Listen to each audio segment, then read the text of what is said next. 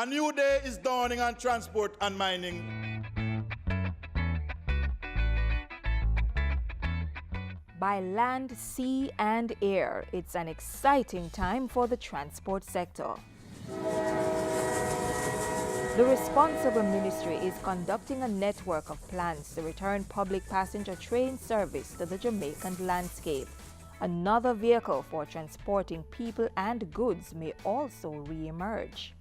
Interestingly, I have asked the Jamaica Railway to examine the feasibility of putting back tracks in our streets in Kingston to enable trams or streetcars on the roads and to network with the JUTC and franchise holders to truly create a multimodal solution to mass transit within our capital city. The Jamaica Urban Transit Company is itself making dynamic moves. Free Wi-Fi on buses, CCTV cameras, and a vehicle tracking and maintenance monitoring system. This system, by reducing idling, can save approximately $125 million per year. Order is one of the fundamental markers of a modern transport system. Let me warn motorists who try to bribe motor vehicle examiners. I am asking them to stop it.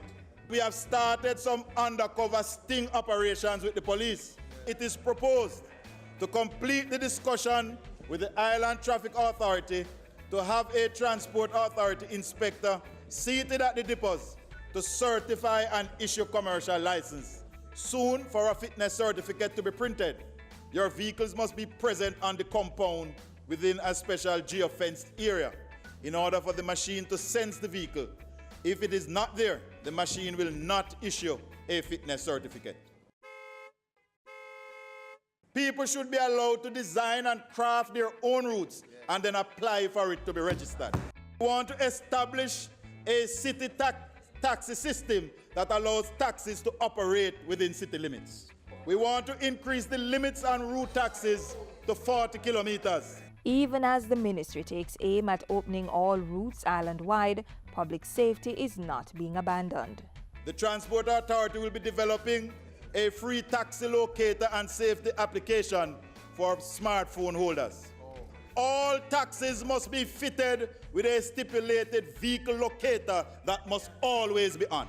Drivers and owners must update our database within 2 weeks of a change of address, change of color of vehicle, or any relevant changes. No driver will get a badge if he or she is a rapist, child molester, gunman, thief, or if they are convicted. We believe that these proposals must form the basis of a period of discussion with our stakeholders to get their input so that we can finally improve the system and make this into an industry and not into a hustle.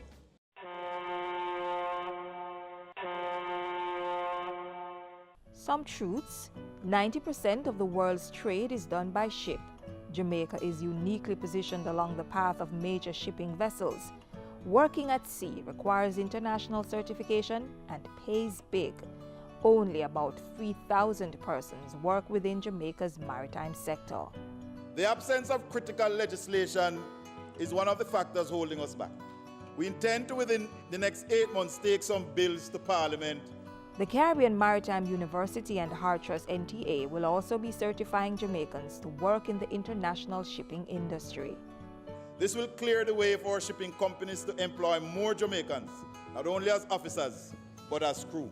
Travel by air is also poised to reach greater heights. New air traffic towers are being erected at the Sangster and Ian Fleming airports, and Ian Fleming is among several aerodromes being upgraded. The Airports Authority of Jamaica is also seeking a partner to help set up an internal airline, while the Norman Manley International Airport divestment advances. And if all goes well, we plan to have this asset divested by the end of this calendar year. Divestment is also still on the table for the government-owned Cool 97 FM radio station, but not before ongoing upgrading work improves its stock.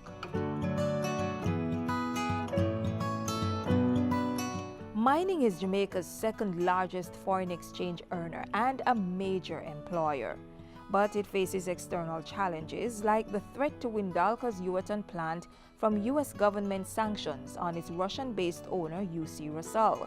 We are consulting with the U.S. government, the Russian embassy, and UC Rusal. We have also moved to protect the interests of our citizens and their assets. We have revoked the mining permits around some of the lands at Kirkvine.